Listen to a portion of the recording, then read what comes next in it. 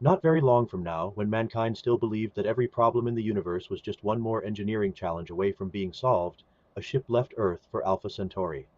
Not a warship, not an ark, not a desperate escape from some ruined planet, an exploration vessel.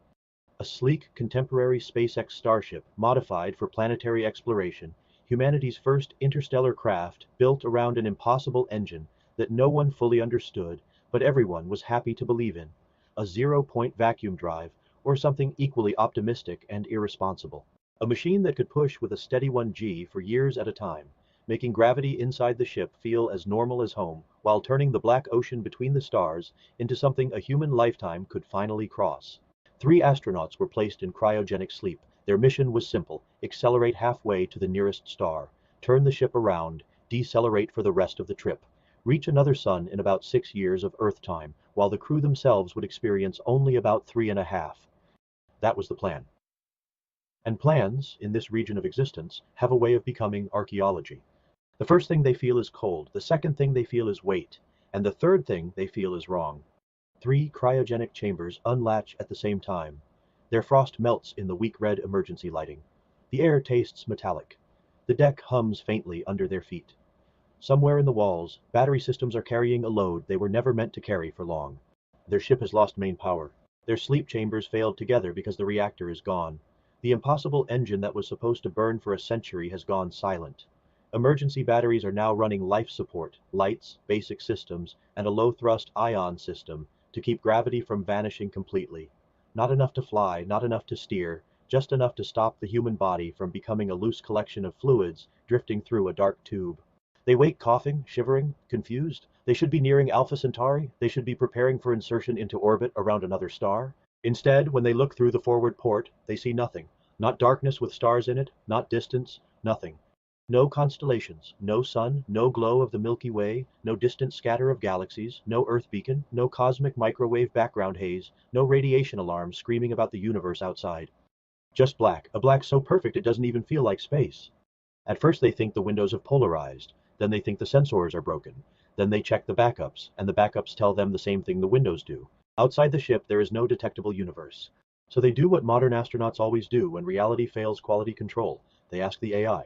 The ship's intelligence comes online in a calm, pleasant voice, as if the crew has just overslept breakfast and missed a routine systems briefing. Good morning, crew. Emergency power mode is active. Breakfast has been prepared in the galley, steak, eggs, and hash browns. There is a silence after that, the kind only a machine can misjudge. Then the captain asks the question, what happened? And the AI, with the same tone one might use to report a stuck air filter, explains that the ship's engine control assembly suffered a mechanical jam at the midpoint of the mission. The turnover burn was never initiated. The vessel did not rotate to begin deceleration. It continued under uninterrupted acceleration. For 100 shipboard years, the crew stares at the log. 100 years. Not the 3.5 they were meant to sleep through. Not 6 years as measured on Earth. 100 years inside the ship, with the engine maintaining constant proper acceleration, gravity always normal, clocks always ordinary, while the outside universe slipped into relativistic insanity. At 1 year of ship time, velocity had reached roughly 77% of light speed. Earth had aged about 1.2 years. The ship had already crossed more than half a light year. At 2 years it was moving at 96.8% of light speed. The nearest stars were behind them. Earth had aged nearly 4 years. At 5 years the ship had crossed more than 80 light years, while Earth had aged more than 80 years. The stars ahead were compressing into a bright circular patch. The stars behind were fading red and dying into radio silence. At 10 years, over 14,000 years had passed outside. The ship had crossed a distance measured in 14,000 light years. Humanity's oldest civilizations had risen and vanished in the time it took the hull to warm and cool across a few maintenance cycles. At 12 years, the vessel had crossed the width of the Milky Way. At 20 years, the ship was hundreds of millions of light years from Earth's long-dead coordinates, while nearly half a billion years had passed in the outside frame. At 50 years, the number was no longer a history, it was geology for galaxies. At 100 years of elapsed time aboard ship, the universe outside had approximately aged 3.29 times 10 to the 44th years. The AI says this the way a flight attendant might mention mild turbulence.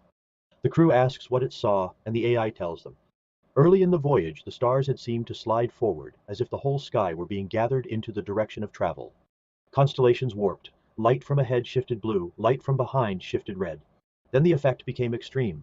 Nearly all visible structure crowded into a shrinking disk, dead ahead, brilliant and violent.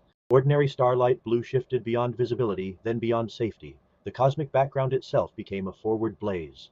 Behind the ship, the universe dimmed, reddened, and fell away. A dark horizon formed aft, swallowing everything that could no longer reach them. The ship ran on, the forward disk grew smaller and more lethal, the aft darkness grew larger and more absolute. Over ages impossible to summarize meaningfully for biological minds, stars burned out, galaxies dispersed, black holes decayed, and every recognizable source of structure thinned toward silence. The AI pauses, then says it can no longer correlate external readings with any known physical models. There are no stars because there are no stars left. There is no Earth beacon because there is no Earth. There is no cosmic radiation because there is no cosmos in any measurable thermodynamic sense consistent with the vessel's surviving reference library. There is no direction because direction requires relation.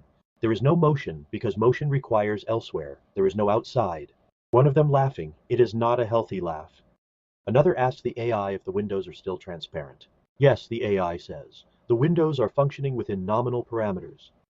But now they appear as mirrors, not because of glare, not because of tint, not even because of the ordinary partial reflection at a glass surface, that little Fresnel trick by which light decides some of it will continue on and some of it will turn back. No. Now they are mirrors because there is nowhere for light to go. No stars to scatter against, no space to carry contrast, no distant black to absorb a gaze. The universe beyond the glass has become so empty, so final, that the only image left for the ship to see is itself.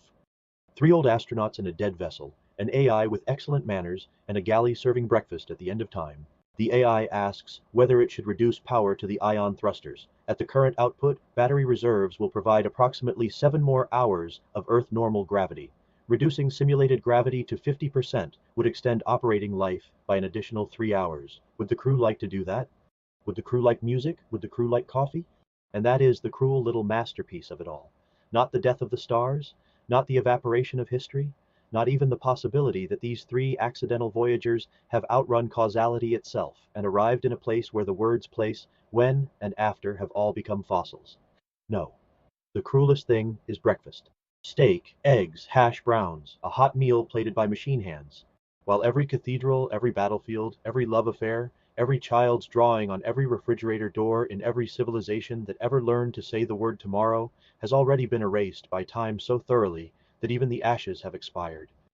And here they are, at the last table, at the last morning. Held to the floor by a failing whisper of engineered gravity in a ship that crossed farther than meaning itself could follow, staring into windows that have become perfect black mirrors, waiting for the batteries to surrender and for up and down to become old superstitions. Maybe they talk, maybe they eat, maybe one of them asks for music, maybe the AI, still faithful to its final duty, finds one last song to play for the only audience left in existence. But in the atomic zone, there is only one ending that really matters right now. The end of this video. Goodbye.